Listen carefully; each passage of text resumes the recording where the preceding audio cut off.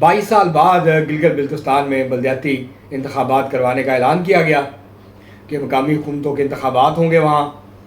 اور اس کے بعد ایک تنازع کھڑا یہ ہو گیا کہ وہاں جو الیکشن ایکٹ ہے اس کی دفعہ ہے 18، اس کے تحت یہ تھا کہ جی جو الیکشن ہیں وہ جماعتی بنیادوں پر ہوں گے۔ اب اس کا مطلب چیف الیکشن کمشنر جو ہیں جی بی کے راجہ شہباز خان، انہوں نے یہ نکالا کہ جو آزاد امیدوار ہیں وہ الیکشن نہیں لڑ سکیں گے۔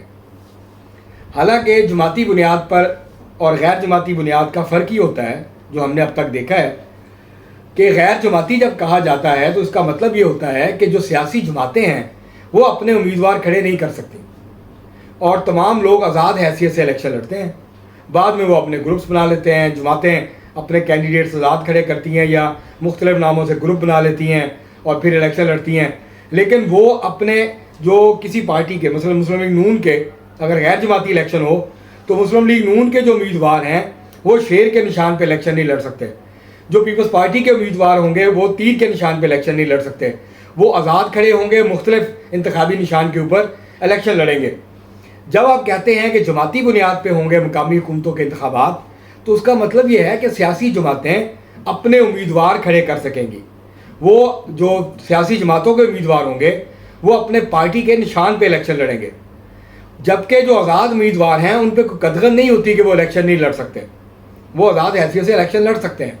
تو بہرحال یہ اب ایک تنازع شروع ہو گیا ہے، اور چیف الیکشن کمشنر صاحب کا یہ کہنا ہے کہ کیونکہ جماعتی بنیادوں پہ الیکشن کا لکھا ہوا ہے تو لہٰذا صرف سیاسی جماعتوں کے امیدوار کھڑے ہو سکتے ہیں۔ اور ابھی ہم نے دیکھا اس الیکشن میں کہ جو آزاد امیدوار ہیں اس میں تحریک انصاف کے نکال دیں تو پھر بھی جو 4 آزاد امیدوار ہیں وہ جیتے، تو اس کا مطلب ہے کہ مقامی حکومتوں کے انتخابات میں جو آزاد امیدوار ہیں وہ بڑی تعداد میں جیتیں گے الیکشن۔ تو اگر آپ ان کا راستہ روکیں گے تو یہ تو غیر جمہوری عمل ہے، یہ تو ہر انسان کا بنیادی جمہوری سیاسی حق ہے کہ وہ کسی جماعت کے پلیٹ فارم سے الیکشن لڑنا چاہتا ہے یا وہ آزاد حیثیت سے الیکشن لڑنا چاہتا ہے۔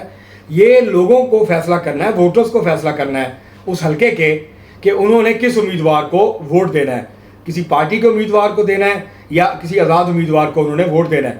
تو اب یہ جو تنازع ہے اس نے کافی زیادہ وہاں کنفیوژن پیدا کی ہوئی ہے اور کافی پریشان ہیں جو آزاد امیدوار ہیں، اور ہو سکتا ہے کہ یہ معاملہ چیلنج ہو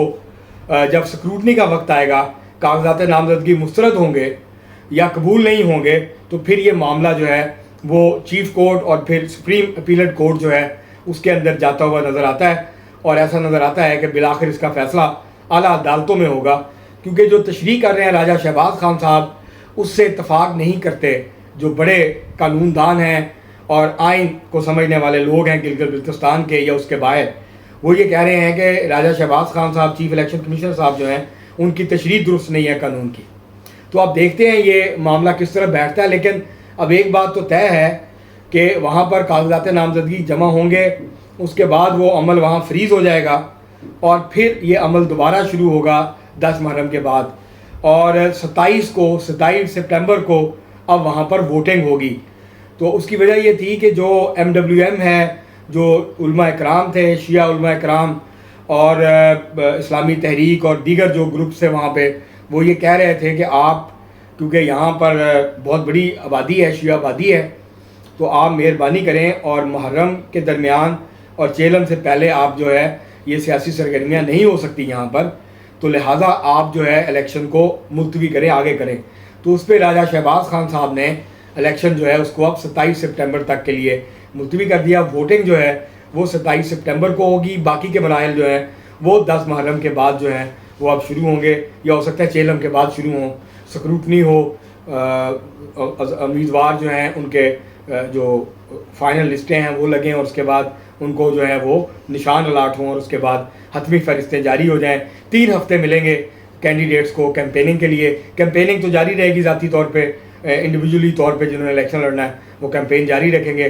تو یہ وہاں پہ اب اس صورتحال جو ہے وہ بنی ہوئی ہے۔ آپ دیکھتے ہیں کہ اس تنازع کا کیا حل نکلتا ہے۔ عدالتیں بڑی جو بڑی عدالتیں ہائی کورٹ ہے اور پھر اس کے بعد سپریم اپیلٹ کورٹ ہے